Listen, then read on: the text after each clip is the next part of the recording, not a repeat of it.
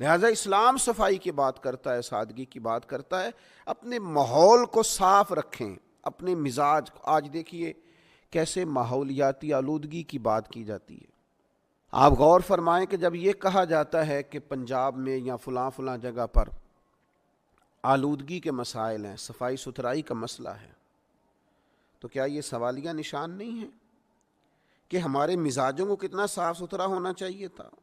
और जहाँ मुसलमान रहते हों, जहाँ वो लोग रहते हों जो रसूल रहमत अलैहिस्सलाम के ग़ुलाम हैं, तो वहाँ तो सोचें तक साफ होती, वहाँ तो नज़रियात तक बड़े उजले होते हैं। तो जहाँ इतने उजले लोग रहते हों वहाँ माहौल भी तो उजला होना चाहिए। तो बजाय इसके कि हम अपनी कमज़ोरियाँ दूसरों पे डालें, कभी किसी की गलती ढूंढते फिरें, कभी किसी का कसूर ढूंढते फिरें, तो एक एक फ़र्द से शुरू किया जाए। एक एक आदमी वो महसूस करे कि मुझे किसी जगह कचरा नहीं